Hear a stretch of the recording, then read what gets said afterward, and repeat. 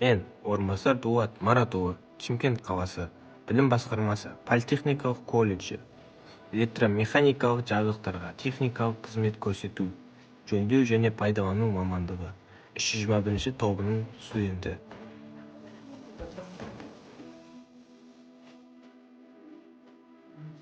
Келешекте өзімді энергетика саласының білікті маман ретінде көремін. Қазіргі кезде политех үздіктерінің белсенді мүшесімін. Және де осы оқу жылдар арасында көптеген жетістіктерге жеттім. Мен қазіргі таңда колледжімізде жыл сайын өткізілетін WorldSkills өңіраралық сайысына қатысушымын.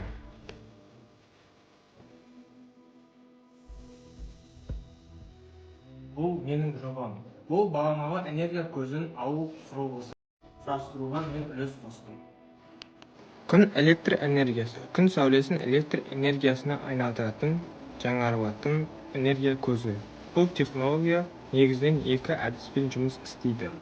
Бұл жерде бізге солнечный панельден ток келеді, инвертор оны алып аккумуляторға барады, аккумулятор зарядтайды.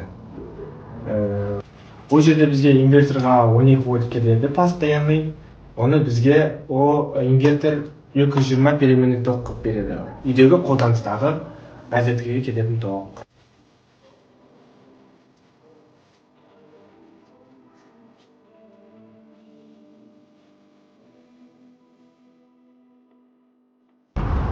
Мен бұл жобамен тоқталып қалмай, Қазақстан энергетика саласына өз үлесімді қосқым келеді.